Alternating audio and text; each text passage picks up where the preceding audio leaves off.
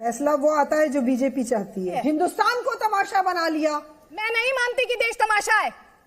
मैं नहीं करती उनका अपमान जो बॉर्डर पर खड़े होकर इस देश को डिफेंड करते हैं और कुर्बानी देते हैं। मैं देश को तमाशा नहीं मानती हूं। मैं इस देश के लिए बहुत लोग बहुत कुर्बानी देते हैं, कई परिवार सैक्रिफाइस करते हैं। उसका मजाक मत बनाइए। आप लोग दंगे भड़काने का काम करते हैं, आप लोग जनता को बेवकूफ बरगलाने का काम करते हैं, आप बदतमीज हैं। माफ करिएगा, मैं आपकी उम्र की बहुत बहुत लिहाज कर रही थी। आप जैसे लोग बदतमीज। तो पहले से ही पता था कि यही फैसला आएगा। फैसला वो आता है जो बीजेपी चाहती है। आप देश की अदालत को कटघरे में खड़ा कर रही है मैम।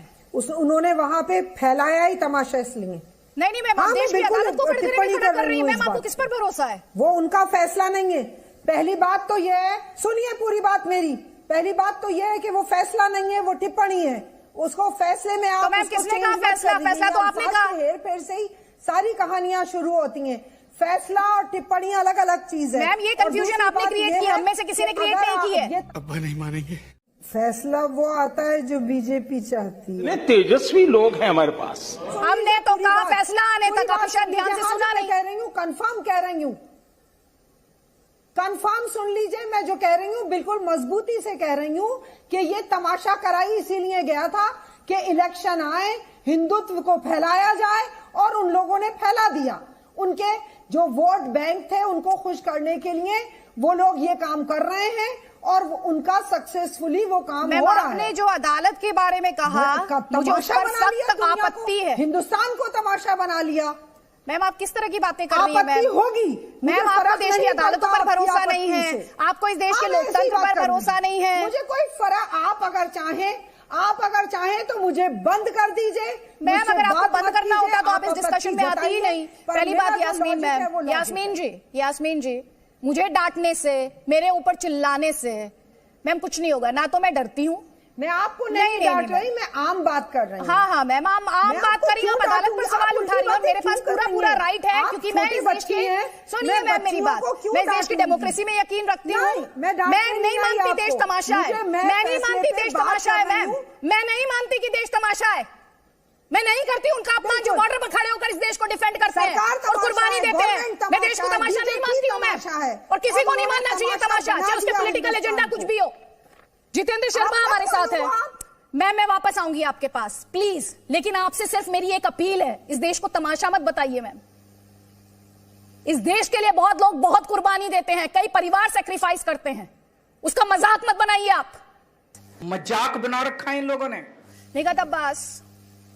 आदिति जी, पहले ना मुझे सिर्फ शक था, पर यास्मीन जी की टिप्पणी जो हमारे देश के ऊपर उन्होंने की, न्यायपालिका के ऊपर की, उससे मुझे पूरा यकीन हो गया है कि हिजाब मुझे पहन के आने दो स्कूल में ना सिर्फ एक शुरुआत है। ये कहां जाएगा मैं आपको बताती हूँ। ये जाएगा कि कल हमें स्कूलों में नमाज पढ़ने के लिए अलग जगह दी जाए। फिर ये जाएगा, आप दिवाली की छुट्टियां देते हैं ना, तो मुझे रमजान की हमें अलग से छुट्टियां दी जाए। फिर ये कहा जाएगा कि हमें कैंटीन दी जाए जिसमें हलाल चिकन, मटन और बाकी चीजें मिलती है जो एक मुसलमान खा सकता है।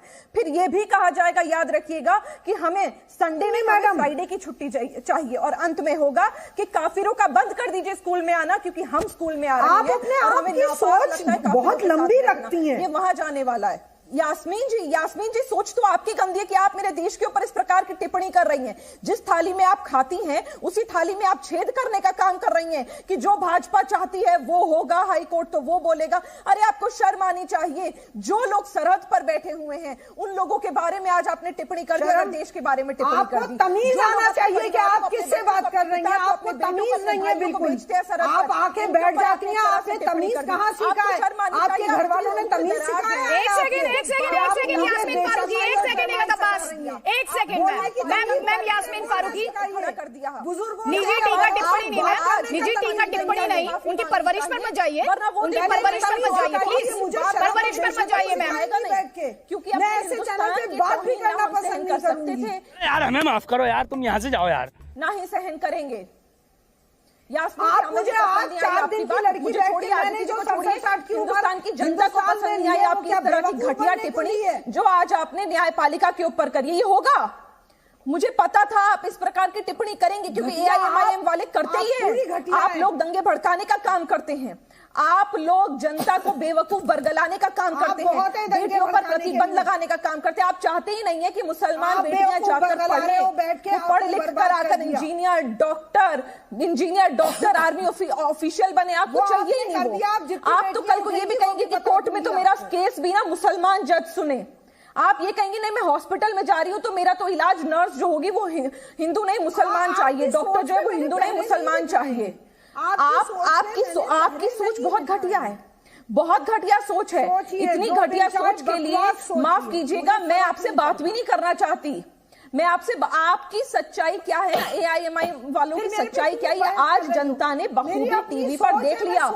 और मैं तो आपका शुक्रिया अदा करती हूँ कि आपने जनता को अपनी सच्चाई दिखा दी। ओवैसी जैसे लोग, आप जैसे लोग, आप बदतमीज हैं।